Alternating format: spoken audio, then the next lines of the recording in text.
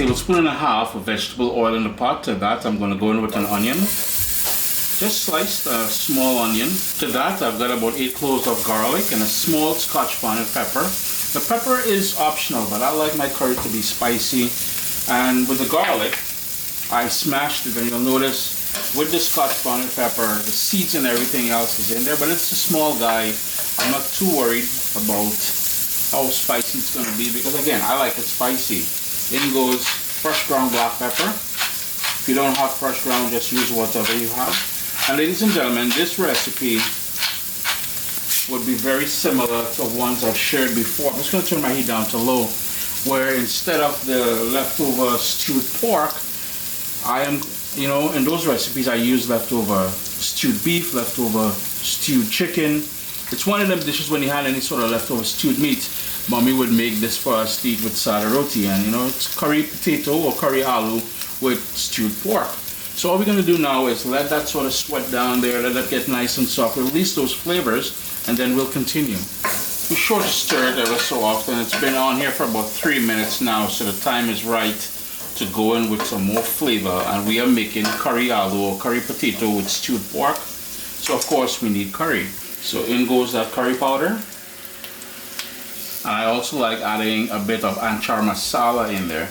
Gives it a nice smoky sort of ground jeera or cumin, you know, roasted cumin flavors, and they're very earthy. So what we're going to do now is I did raise my heat up a little bit. I want to go all the way down to low and to toast everything, and I'm going to give it a stir. I'm going to toast it just to release all the different spices which makes up that curry powder and the anchar masala. If you don't have the anchar masala, you can use about a teaspoon or so of ground roasted cumin, which we also call jeera.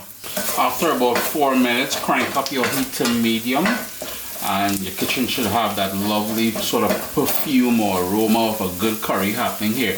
Now if you wanted to add a tablespoon of Caribbean green seasoning in here, you can add it to give it a bit more of that herbal note, but I'm going to pick up some lovely flavors from that leftover stewed pork that I brought from visiting mommy and daddy over the weekend. She cooked it with a side of lentils, and yeah, man, it was a nice meal. But anyhow, what we're going to do is repurpose that now with the curry dish that we're making. So I just want to give this 1 more minute just to really heighten up the color. It's going to go a bit darker, and you're going to get that strong curry smell happening now. At this point is where we're going to add the peeled, washed, and sliced up. And I want to show you all something here. I've got some big pieces. So this is about 1.5 centimeters to 2 centimeters, while some of them is probably about 2 millimeters, and again 0.5 centimeter. What's going to happen is the skinny pieces, the thin pieces, is going to break down, and that's going to help thicken up the sauce or the gravy for us to dip our roti, or if you're serving it with rice or whatever. And the bigger pieces will hold its shape. Yeah. So all we need to do now is to give that a good stir, and then we're going to add some salt.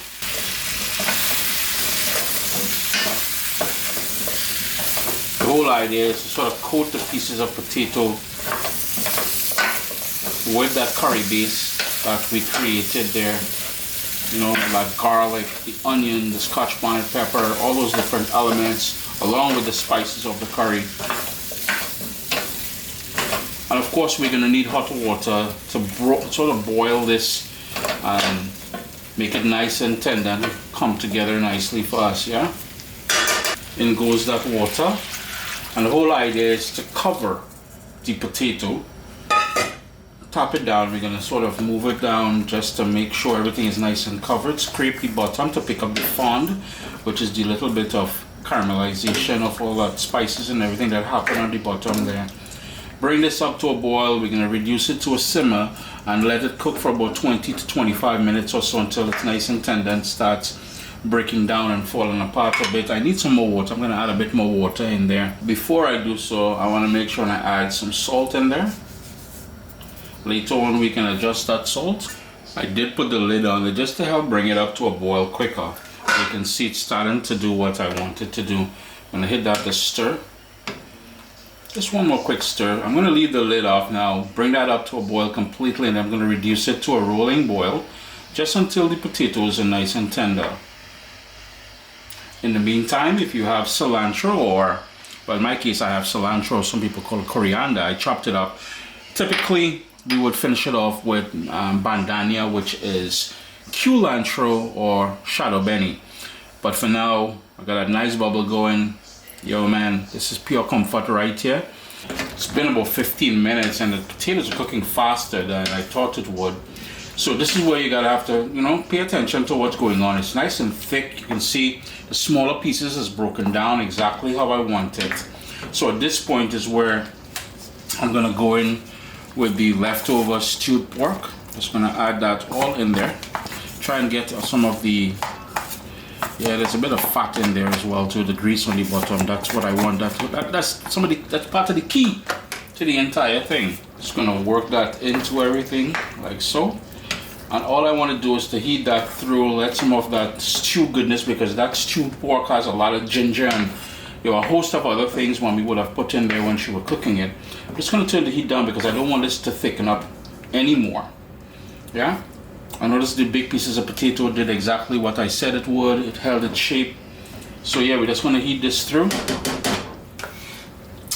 And, you know, we're going to wrap things up. I ended up adding half a cup of water just to thin it down a little bit, because what I want to do is to add the cilantro in here the last 2 minutes or so, just for that, some of that cilantro, or like I said earlier, Mommy would have put, typically it would have been bandania or what we call shadow benny, which is culantro, but you know, I don't have any right now. Add that all the way over. Yeah, of course, gotta get it all in there. And the last thing we need to do is to hit that to stir. I'm going to turn off the stove and allow the residual heat to do its thing. Chris here, CaribbeanPot.com. Always a pleasure having you all in the kitchen with me. You know, so simple. And like I said, it will mimic. Just look at the nice thick sauce that you got. Oh gosh. Oh, by the way, taste it for salt and adjust the salt if necessary at this point here. After you added whatever. And again, you can use stewed pork, you can use stewed beef, you can use stewed chicken. I just find the marriage of the stew with the curry here, oh man, proper things. I'll post this recipe on CaribbeanPot.com, but for now, if you want to head over there and check the one I did with the beef or with the chicken, you feel free to do so. Alright, one more time, let me show you. Alright, just look at that. Imagine some nice roti. Oh gosh. What's up, shot? Paratha. Dal puree, peas puree, 2-in-1 fried roti.